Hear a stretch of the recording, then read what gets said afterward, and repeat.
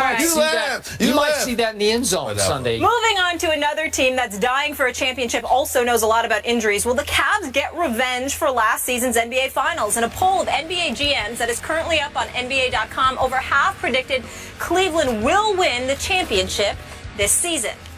The next closest were the Spurs at 25%, and the defending champion Warriors took 17.9% of the vote. Stephen A., do you agree that the Cavs will win the NBA title over all those West teams? I reserve the right to revisit this topic as the season progresses, of course.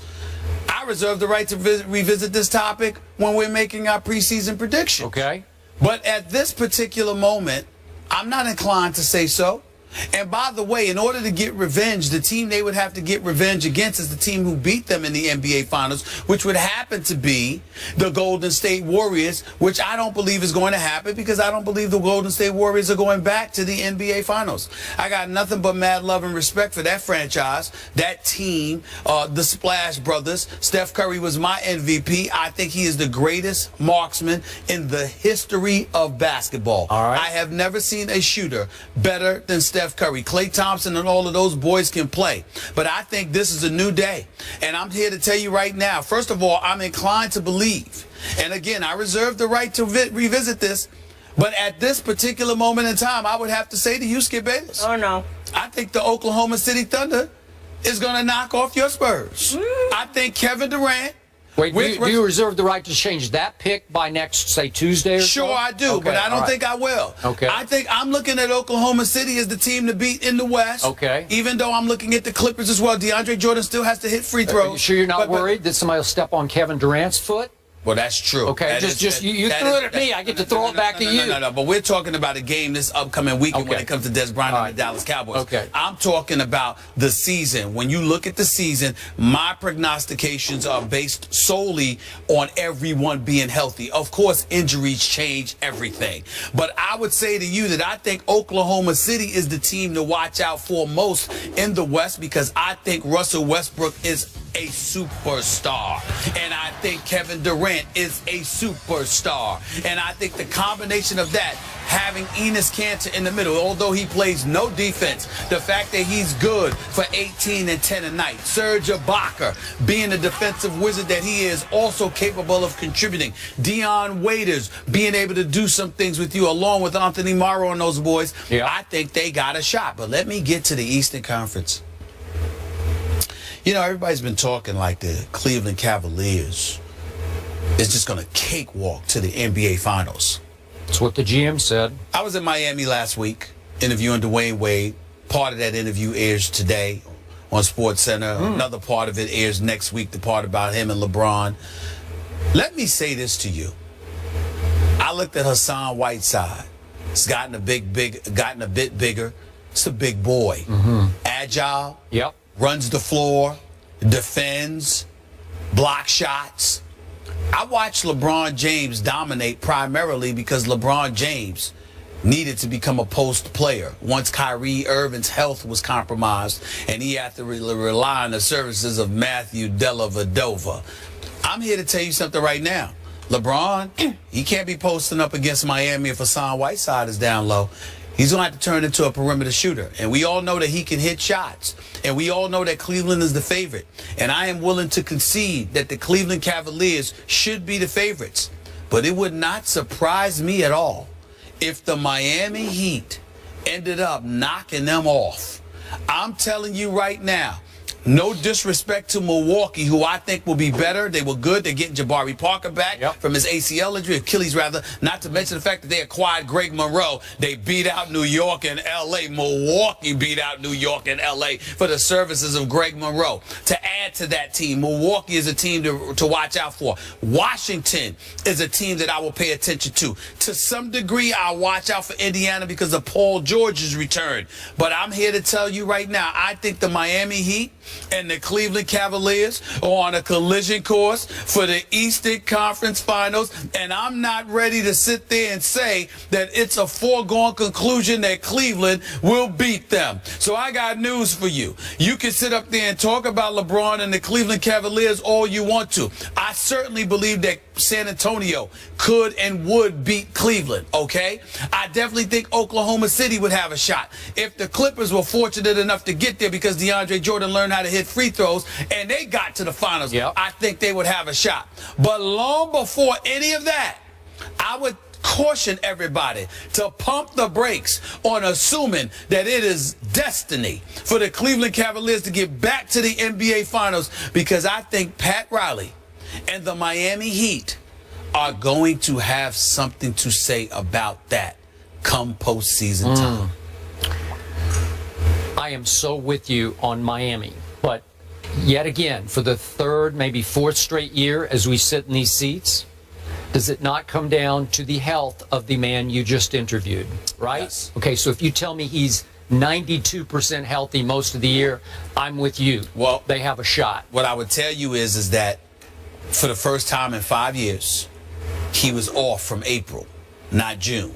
Those additional 2 months, that's a very big deal. I'm with you. I would also tell you and prioritize the fact that playing a full season is not the priority. If Dwayne Wade plays 50 to 60 games, Pat Riley and the Miami Heat are perfectly fine for that as long as he is ready to go this postseason. Okay. So when you combine that with Bosh returning healthy, Hassan Whiteside, Luau Deng, Love him. Goran Dragic. Yep. Whoa. Agreed. I'm just saying. Agreed. I'm a wall on that also. Okay, back to the poll. So 54% of the GMs polled say Cleveland will win the NBA championship. Next down the list, a long ways down the list, is 25% said San Antonio will win. So back to that premise. I get it that Cleveland has a much better chance of winning the East than the Spurs do the West. Right. Because clearly the Spurs are going to have to deal with Oklahoma City, as you point out. They're still, aren't the Warriors still, are they still playing? Or are they still, they didn't disband after they won, right? That's right. Okay, and they got big chips on their shoulder. They got a chip and a chip, right? They got a championship and they got a chip on their shoulder because nobody's giving them any. Yeah, so they got only 17% of the vote. So Spurs will have to deal with Golden State. They'll have to deal with the Clippers. They'll have to deal with the Rockets, and I could keep going on all the way down to the Pelicans, because they're going to have to deal with the Pelicans who knocked them for a loop in the last regular season game of last year. That is correct. Okay, I get all that. But to me, in the end, if this proves true, then the Cavs are still going to have to deal with the Spurs in the finals, if the GMs are correct. So how could 54% say the Cavs will beat the Spurs in the finals? Because that's basically what they're saying. Am I right? They're saying that the Cavs are going to win it all. I do not see it. I think it would be basically a mismatch of these Spurs against these Cavaliers. And I'm going to point out to you, and I don't know how it's going to resolve itself, but the Tristan Thompson situation remains troubling for this basketball team. It is. It's really, let's say what it is. Yeah.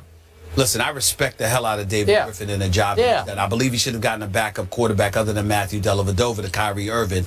But by and large, David Griffin to me was my executive of the year last year. Yeah. I thought he did a phenomenal job. Having said that, it is a damn travesty. It is. That they don't have Tristan Thompson signed. Seriously. All right, so I'm going to remind everyone. The Spurs did go get LaMarcus Aldridge when nobody thought they could. And they did get David West at the biggest basement bargain you could ever get, where David West said, I don't care about the money. I'm going to take almost nothing compared to what I could have had to stay in Indiana just to win a ring here with these guys.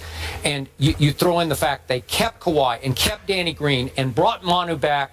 Ray McCallum Jr. I really like him as a backup to Tony Parker. You're loaded. Kyle Anderson is emerging as, I'm not going to say a star, but a factor for this team. So I'm going 10, 11 deep already. How are the Cavs going to beat that team? I don't think they can. I'll go a step further for you, Skip.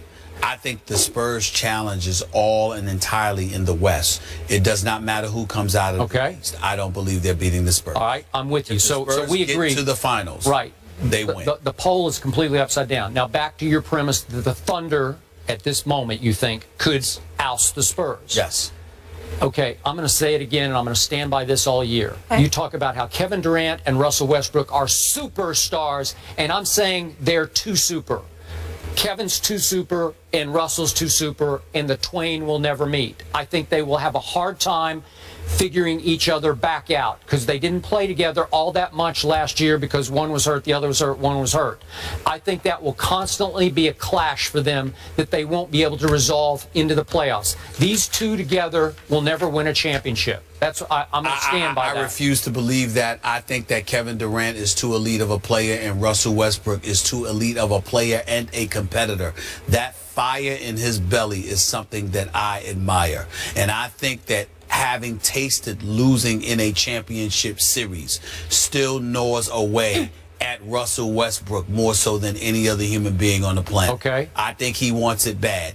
With the personnel that they have in place, as great as we know Manu Ginobili and Tony Parker and those boys to be, they are a year older. They have no answer for a Russell Westbrook. You can think it's Kawhi Leonard all you want to. That is the one guy that I don't believe, meaning Russell Westbrook. That is the one guy that I believe Kawhi Leonard wants no part of. Anybody else, different. But Russell Westbrook is the one guy that I don't believe Kawhi Leonard wants any part of. That's just my personal opinion. Well, this is the last hurrah, I believe, for Kevin Durant and Russell Westbrook together, right? I will tell you this. I'm told, sorry to ruffle any feathers, I hope this doesn't cause controversy. Yeah. I am told that if not Russell Westbrook, I am told that if Kevin Durant doesn't win the title this year in Oklahoma City, he's probably out. Okay, I got That's what I'm told. That's what I'm told. I would assume that's what I'm told. He wants the title bad. If he doesn't win the title in Oklahoma City, then it doesn't look good for them. I don't rule out anything with Sam Presti. Remember, OKC has more money to offer him than anybody else could. So, I mean, if he wants the money, that's the place to be. That's the place to stay. But I'm told that this year is very, very pivotal to the future of that franchise because if they don't win the chip, Kevin Durant will be looking to move on. Okay, well then he will be looking to move on. Well, I don't believe that. I think they got a shot. I think they got a shot to win it all. But in the East, if healthy, we both agree that it'd be the Cavs and the Heat I'm telling you they're my favorite, but I'm not ruling out the Miami. I need to point out one thing here. According to Basketball Power Index, the Heat have an 8% chance to make the NBA Finals. Well, they can say what they want. I'm telling you, forget D-Wade for a second. This kid, Hassan Whiteside, he's big the way he defends and blocks shots and patrols the paint area.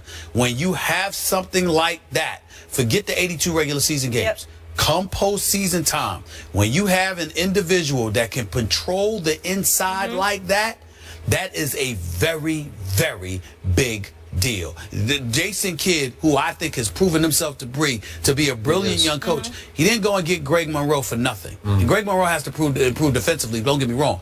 But there's a reason he went and got that matchup to watch. He's getting a little more interesting. All right, up next we move to college hoops. It's the scandal that is rocking the University of Louisville. More on the latest when we return. And on this Back to the Future Day, we're pushing forward. Lots of good topics to be tackled by Stephen A. and Skip. Don't miss a beat by checking out our complete rundown, which of course you can find on IG. Back in a few.